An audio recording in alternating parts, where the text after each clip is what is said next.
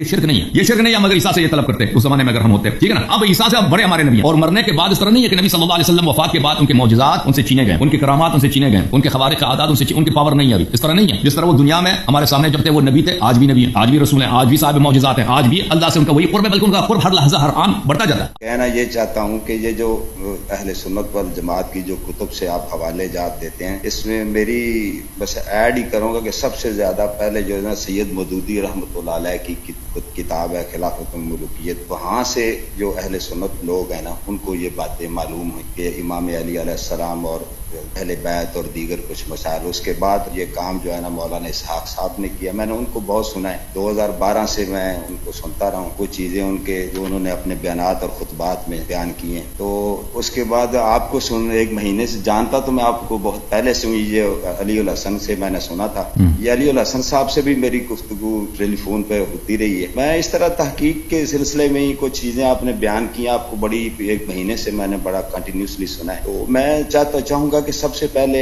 آپ سے نا آغاز جو ہے نا وہ کہ عقیدہ توحید ہے، اس پہ آپ نے گفتگو فرمائی ہے، اس کے کچھ سوال آپ سے کے بارے میں وضاحت کو اجازت ہے؟ بسم اللہ۔ تو عقیدہ توحید کے بارے میں آپ نے ایک دوست سے ادھر گفتگو کر رہے تھے، ڈیبیٹ ہو رہی تھی کہ آپ استغاثہ کے بارے میں فرما رہے تھے کہ یہ اور مدد یا علی مدد، اس کو لے کر بات ہو رہی تھی۔ تو آپ نے اس میں بتایا تھا کہ جو اتنی بھی جو مخالف فریق تھا وہ پیش کر رہا تھا آیات قرآنی حوالہ جات تو قرآن سے، تو وہ آپ کہہ رہے تھے کہ یہ بتوں کے لیے۔ تو میرا سوال یہ تھا کہ جو یا جاننا چاہوں گا کہ جو مشرکین مکہ ہیں، کفار جو ہیں، ان کا شرک کیا تھا؟ جبکہ میں ایک آیت آپ لکھ لیجئے گا، سورت ہے یونس، قرآن پاک کا پارہ ہے 11واں۔ تو توحید سے بات کریں گے، اگر جتنا آپ کی ذرا نوازی ہوگی کہ جتنا ٹائم مجھے دیں گے، مجھے کوئی نہیں ہے، مجھے آپ سے بات کر کے خوشی ہو رہی ہے، وہ آپ کے پاس جتنا ٹائم بڑی لائن ہوگی مجھے یہ بھی احساس ہے۔ تو میں مختصر کرتا ہوں، سورت یونس آیت نمبر 31 ہے آپ، تو اس میں اللہ تعالیٰ اپنے پیارے حبیب سے ارشاد یعنی حکم فرما رہے ہیں، کل یعنی اے میرے پیارے محبوب پوچھیں ان سے۔ تو وہ اگر آپ نکال لیتے تو آیت اگر آپ کہتے ہیں تو میں ادھر میں نکال لیتا ہوں، آپ پڑھ لیں سورہ یونس آیت نمبر 31۔ ہاں میں نکال لیتا ہوں۔ جی تو وہ ذرا پڑھیں گے آپ، تو میرے سامنے میں پڑھوں گا، تھوڑا ٹائم زیادہ لگے گا۔ جی پلیز آپ نکال لیجیے۔ یونس 2:08۔ قل اعوذ باللہ من الشیطان الرجیم، قل من يرزق، اعوذ باللہ من الشیطان الرجیم، بسم اللہ الرحمن الرحیم۔ جی بسم اللہ۔ اعوذ باللہ من الشیطان الرجیم، قل من يرزقكم من السماء والارض ام من يملك السمع والابصار ومن يخرج الحي من الميت ويخرج الميت من الحي ومن يدبر الامر فسيقولون الله فقل افلا تتقون صدق اللہ العلی العظیم۔ جی آیا جی اس میں اس کی ذرا تشریح فرما دیجیے گا کہ اس میں اللہ تعالیٰ یعنی مشرکین مکہ جو ہے اللہ کو الہ مانتے ہیں، تو باوجود الہ مان کے یعنی اللہ تعالیٰ کہہ رہے ہیں اے پیارے حبیب پوچھ ان سے کہ یہ زمین و آسمان کا یعنی کہ جو بھی مفہوم پیش کر رہا ہوں کہ مالک کون ہے، رزاق کون ہے، کائنات کا مدبر کون ہے، تو یہ آگے سے یہ خدا اللہ رب العزت فرماتے ہیں کہ یہ تمہیں جواب دیں گے کہ یہ اللہ یعنی اللہ ہے۔ تو یہ اللہ کو ماننے کے باوجود بتوں کو جو پوجا کرتے تھے، تو بتوں میں نے جو سنا ہے یا جو میرے ناقص علم کے مطابق اس میں انبیاء کے بھی وہ کرتے تھے اور کچھ ملائکہ تھے ان کی بھی وہ مطلب ان کو الہ یا ان کی عبادت کرتے۔ اس میں ان کا شرک کیا تھا؟ اگر وہ ان کا شرک یہ تھا بھائی، ان کا ابھی میں بتاتا ہوں ان کا شرک کیا تھا۔ وہ یہ تھا کہ وہ بتوں کی پوجا کرتے تھے، وہ ان کو اپنا معبود سمجھتے تھے، ان کا ایک چھوٹا معبود ہے اور ان کا ایک اصلی معبود ہے۔ جیسے ابھی جو آپ کے ہندوستان میں بھی اس طرح کے ہندو ہیں جن کا عقیدہ یہ ہے کہ ایک بھگوان ہے ہمارا اور ایک مثلا مختلف خدائیں ہیں، ایک کوئی مثلا پانی کا خدا ہے، کوئی آگ کا خدا ہے، کوئی رزق روٹی دینے والا بھگوان ہے، اور ایک جو ہے ان سب کا بھگوان ہے، سب کا ان کا بھی یہ اسی طرح عقیدہ ہے۔ تو ان کا بھی یہ سب مشرکین کا عقیدہ ایک جیسا نہیں تھا، ان میں سے بعض کا عقیدہ یہ تھا کہ ایک اللہ ہے جو ان سب سے بڑا، پر ان کے اللہ کے جو ہیں اللہ کے اور بھی شرکا ہیں کہ ان کی وہ پوجا کرتے تھے، ان کے لیے وہ نظر و نیاز کرتے تھے، ان کی وہ سامنے سجدے کرتے تھے، اور ان کو اپنا خدا کہتے تھے، ان کو آلہہ کہتے تھے. یہ قرآن مجید میں بہت سارے مختلف مقامات میں کہ یہ اپنے خداؤں کو آلہہ الہ بولتے تھے کہ یہ بھی خدا ہیں، ایک وہ جو خالق زمین و آسمان ہے وہ بھی اللہ. ٹھیک ہے نا. تو ان کا شرک یہ تھا. جہاں تک انبیاء کا تعلق ہے تو انہوں نے کچھ ماضی میں جو انبیاء گزرے تھے یا اچھے لوگ گزرے تھے، ان لوگوں نے ان کی تمثال بنائی تھی، ان لوگوں نے ان کے مجسمے بنائے تھے، بت بنائے تھے، ان بتوں کے سامنے وہ سجدہ کرتے تھے. ٹھیک ہے نا، سجدہ کرتے تھے. تو یہ ان کا شرک تھا کہ وہ غیر اللہ کو اللہ مانتے تھے اور اللہ کے شریک مانتے تھے، اور یہ شرک ہے. ٹھیک ہے نا. اس کا مسلمانوں کے عقائد سے کوئی تعلق نہیں ہے کہ مسلمانوں کا عقیدہ کیا ہے. جو لوگ وہابیت کو مانتے ہیں وہ الگ بات ہے. جو مسلمان، یہ صرف شیعوں کا عقیدہ نہیں ہے، پورے عالم اسلام کا یہ عقیدہ ہے کہ آپ رسول پاک صلی اللہ علیہ وسلم سے خطاب بھی کر سکتے ہیں، ان سے طلب بھی کر سکتے ہیں کہ رسول پاک صلی اللہ علیہ وسلم سے اگر ہم طلب کرتے ہیں، مثلا نماز میں ان کو سلام کہتے ہیں، السلام علیک ایھا النبی صلی اللہ علیہ وسلم، یا ان سے اگر ہم کوئی چیز طلب کرتے ہیں تو اس نیت کے ساتھ نہیں. اگر کوئی یہ کہتا ہے کہ وہ چھوٹا بھگوان ہے تو وہ بلا شک مشرک ہے. اگر کسی شخص کا یہ نیت ہے کہ میں پیغمبر صلی اللہ علیہ وآلہ وسلم سے استغاثہ کرتا ہوں اس نیت کے ساتھ کہ وہ ایک چھوٹا خدا ہے، اللہ بھی ایک اللہ ہے اور ایک اس کا چھوٹا خدا ہے، مثلا رزق روزی دینے والا یہ بھگوان یا ایک اس خدا کا شریک ہے، تو بھی اس کے مشرک ہونے میں شک ہی نہیں. کوئی نہیں کہتا وہ مشرک ہے. آپ ابھی میں آپ کے سامنے بیٹھا ہوں نا، مجھ سے بھی آپ کوئی چیز اس نیت کے ساتھ طلب کریں کہ میں بھگوان ہوں، میں خدا ہوں، میں کوئی الہ ہوں، تو وہ فرق نہیں کرتا. اب میں سامنے بھی ہوں، میں آپ مشرک بن جائیں. تو آپ کسی بھی غیر اللہ کو اللہ کہہ دیں، اللہ کا شریک بنائیں تو وہ شرک ہے.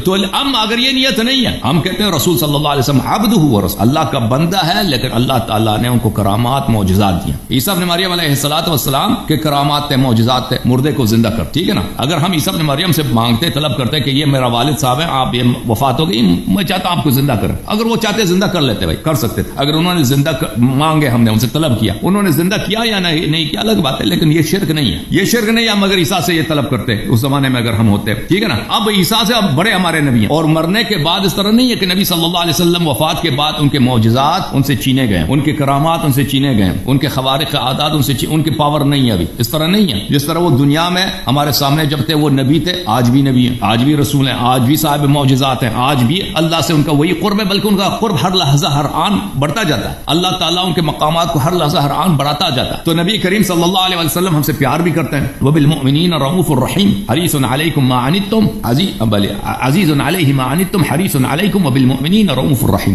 وہ ہم سے رؤوف الرحیم ہے، نہایت رأفت رکھتے ہیں، نہایت نرم دل. اگر ہم ان سے کوئی چیز طلب کریں تو اس میں شرک کیوں شرک ہو؟ شرک تو وہ ہے، وہ شرک کا مطلب کیا ہے کہ وہ آپ غیر اللہ کو اللہ بنا دیں. وہ بتوں کی جو پوجا کرتے تھے وہ اس کو خدا مانتے تھے. ٹھیک ہے نا. جی آپ کو حکم ہے تو میں سننے کے لیے تیار. سر اس میں یہ دیکھیں کہ کچھ چیزیں ہیں نا کہ کہاں تک کیا ہم ان سے استغاثہ کر سکتے، ایک نمبر ایک. اور دوسرا یہ ہے کہ اس کے اوپر کیا دلیل کیا ہے، قرآن سے یا کوئی نص سے ہے کوئی دلیل کہ نبی کریم، یہ تو آپ نبی کریم صلی اللہ علیہ وسلم سے مذہب ہے، نیچے آ جاتے ہیں نا ہمارے پاکستان میں یا دیگر. اب بات یہ ہے کہ دیکھیں تو پھر یہ شرک نہیں ہے. شرک کے لیے دلیل چاہیے نا. اگر کوئی چیز شرک ہے پھر یہ شرک نہیں ہے. آپ کہتے ہیں اب شرک نہیں ہے، اگر یہ مان لیا کہ شرک نہیں ہے، اب یہ کیا یہ جائز ہے یا نہیں ہے. ٹھیک ہے نا.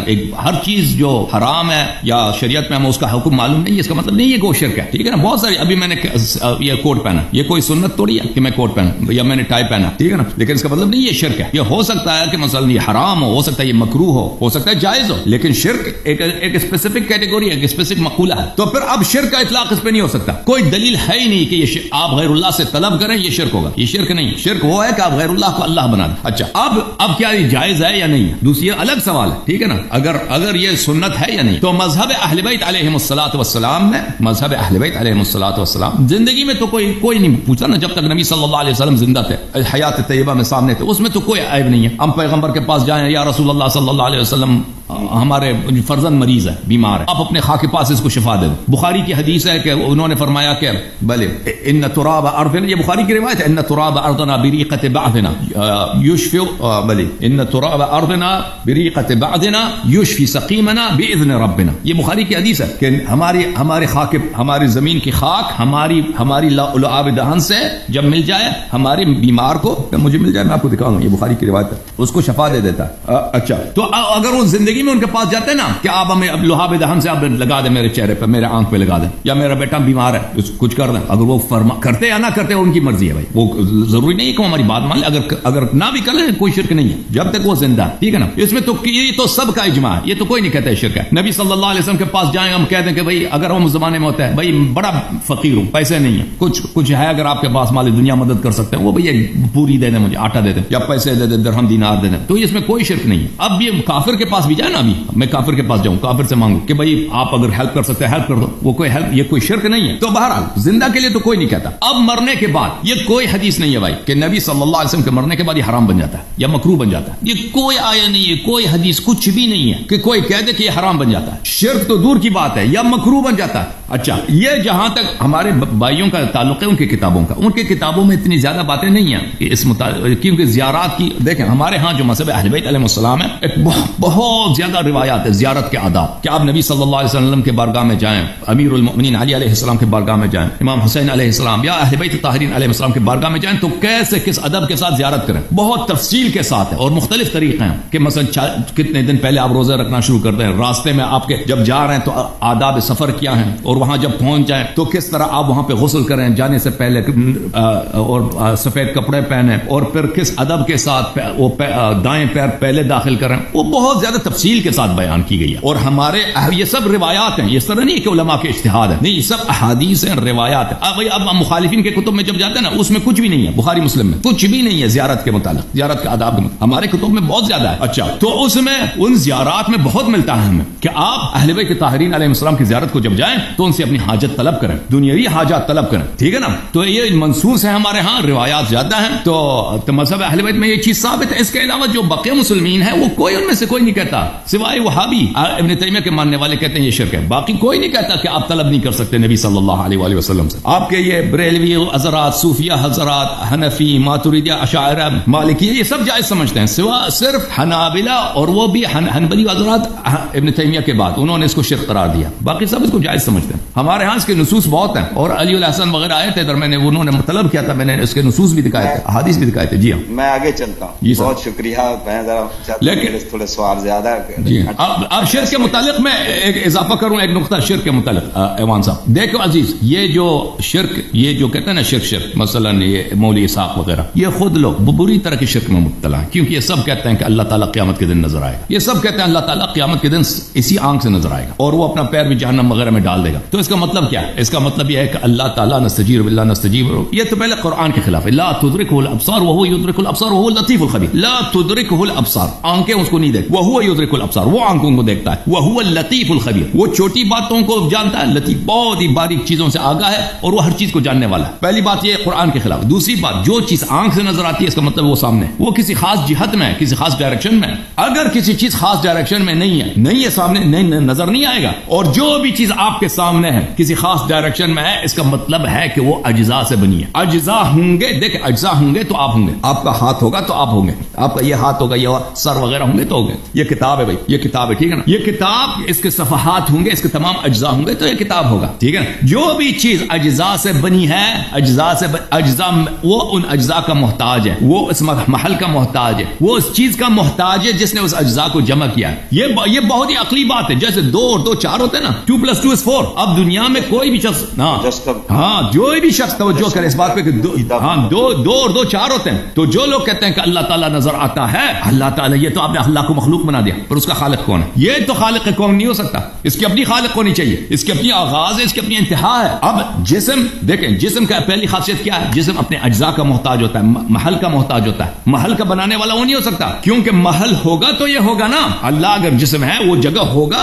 وہ آسمان جہاں بھی وہ جگہ ہوگا تو وہ ہوگا. اس جگہ کا بنانے والا وہ نہیں ہو سکتا، کیونکہ وہ خود اپنے وجود کے لیے اس مال کا محتاج ہے. تو پھر اس کا پتہ یہ چلا کہ وہ خود مخلوق ہے، وہ خود محتاج ہے، اس کا اپنا خالق ہے. جو لوگ ہمیں شرک، یہ سب جماعت مخالفین کا اس مسئلے پہ اجماع کہ وہ اللہ کو نظر ہے. یہ صرف مذہب اہل بیت علیہ السلام اور معتزلہ کا. معتزلہ بھی ہمارے ساتھ اس مسئلے پر ہے کہ اللہ تعالیٰ نظر نہیں آئے گا روز قیامت. اللہ تعالیٰ نہ دنیا میں نظر آ سکتا، نہ قیامت میں نظر آ سکتا، کبھی نظر نہیں آئے گا اللہ تعالیٰ. اور جو بھی نصوص ہیں وہ قابل تعویل ہے. اچھا، تو یہ خود بدترین شرک میں مبتلا مطلع ہیں کہ اللہ تعالیٰ کو وہ ایک جسم سمجھتے ہیں، اور جسم پہلی شرط کیا ہے؟ ہر جسم مخلوق، ہر جسم محتاج ہے، ہر جسم کا خالق ہونا چاہیے. وہ زمین و آسمان، جسم زمین و آسمان کا خالق نہیں ہو سکتا جسم. کیوں؟ اجسام، دیکھیں اجسام کی طاقت یہ ہے کہ ہمیں یہ کتاب ہے بھائی، اگر کوئی چیز نہ ہو میں کتاب نہیں بنا سکتا. میں کوئی چیز آپ مجھے دیں گے نا، مواد دیں گے، مٹیریل دیں گے، میں اس مٹیریل سے ایک کتاب بنا سکتا ہوں. میں مٹیریل کا مثلا لکڑ سے یا دوسرے اجزاء سے، میں ان کا،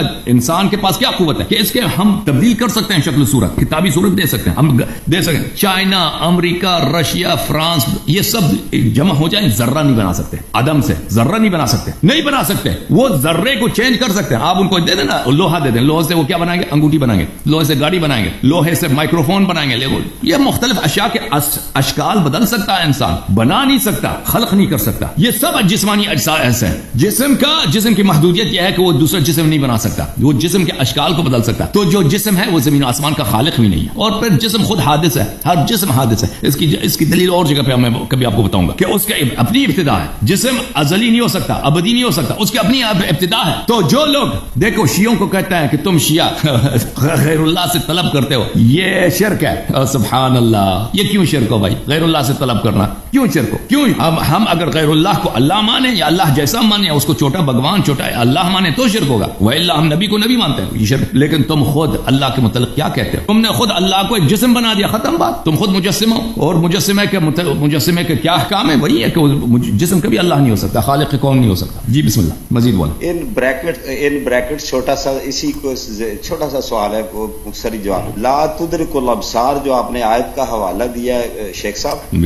اس میں پیارے حبیب معراج شریف کا واقعہ ہے. کیا نبی اکرم صلی اللہ تعالی علیہ وسلم کے بارے جو کچھ ہمارے ہاں یہ جو عقیدہ ہے پایا جاتا ہے کہ آپ نے حضور اللہ رب العزت خالق کائنات کا دیدار فرمایا ہے، تو کیا ائمہ اطہار جو ہیں علیہ السلام تو اور آپ کی رائے جاننا؟ ما کذب الفؤاد ما رأى، دیدار کیا ہے؟ ما کذب الفؤاد ما رأى ولقد جی، کہ دل نے جو دیکھا وہ جھوٹ نہیں تھا. وہ جبرائیل علیہ السلام کے دیدار تھا. جبرائیل کی جو اصلی شکل صورت ہے، جبرائیل جب نبی صلی اللہ علیہ وسلم کے بارگاہ میں آتے تھے نا، وہ اپنے ظاہری شکل، وہ انسان کی صورت میں یا اور شکل میں آتے تھے. اصلی شکل صورت جبرائیل کا جو بڑا خوبصورت ہے، بہت ہی وہ اور طرح کا ہے. اس کے پر کیسے کتنے پیارے ہوں گے اس کا شکل صورت علیہ السلام.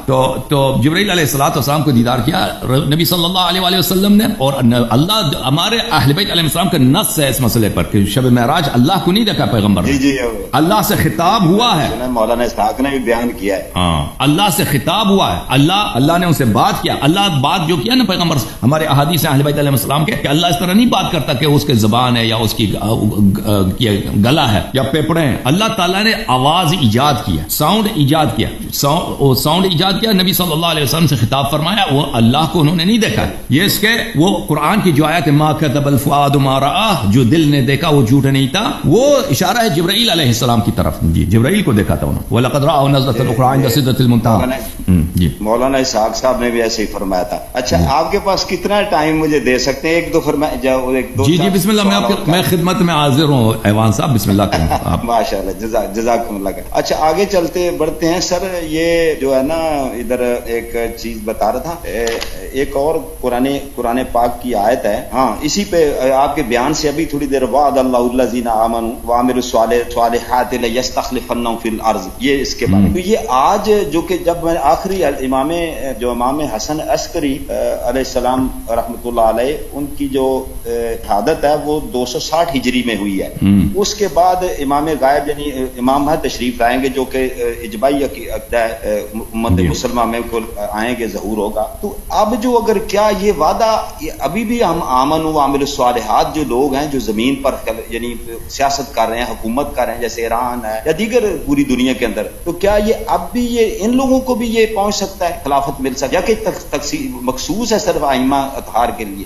دیکھیں جو پوری زمین سے الگ ہے نا، جو پوری زمین کی حکومت ہے جس میں وہ خلفائے راشدین کے لیے نکال رہے ہیں اور ائمہ اطہار کے لیے آپ جو توضیح اور جو اس کی تشریف فرما رہے تھے. اب میرا سوال اس میں سے درمیان میں سے ایک نیا سوال ہے کہ اب جو یستخلفن فی الارض نہیں ہو سکتا آمن وعملوا الصالحات، وہ تو پوری خلافت فی الارض ہے نا، وہ جیسے اب والذی ارسل رسولہ بالہدی، وہ پورے ادیان پر غلبہ ہے، وہ تو آنا ہے. اب چھوٹی کسی حصے میں جی تو عرض یہ ہے کہ دیکھیں یہ جو ابھی جو خلافت کا جو حکومت اسلامی کا جو جہاں ابھی دیکھیں نا، وہی ہے مسلمانوں کے درمیان بہت ساری تحریکیں چل رہی ہیں، بہت سارے پولیٹیکل پارٹیز ہیں، سیاسی پارٹیاں ہیں اور عسکری تنظیمیں. ان کا نصب العین مقصود یہی ہے کہ وہ حکومت بنانے، حکومت اسلامی کا ہم اسلام نافذ کریں گے اپنے ملک میں یا پھر پوری دنیا میں. ایران میں بھی جو حکومت بنی ہے اس کا ہدف یہی تھا. خمینی صاحب نے جو انقلاب کیا ہے کہ اسلام جو ہے ایک جامع دین ہے، اس میں حکومت کے احکام ہے اور اس میں ہم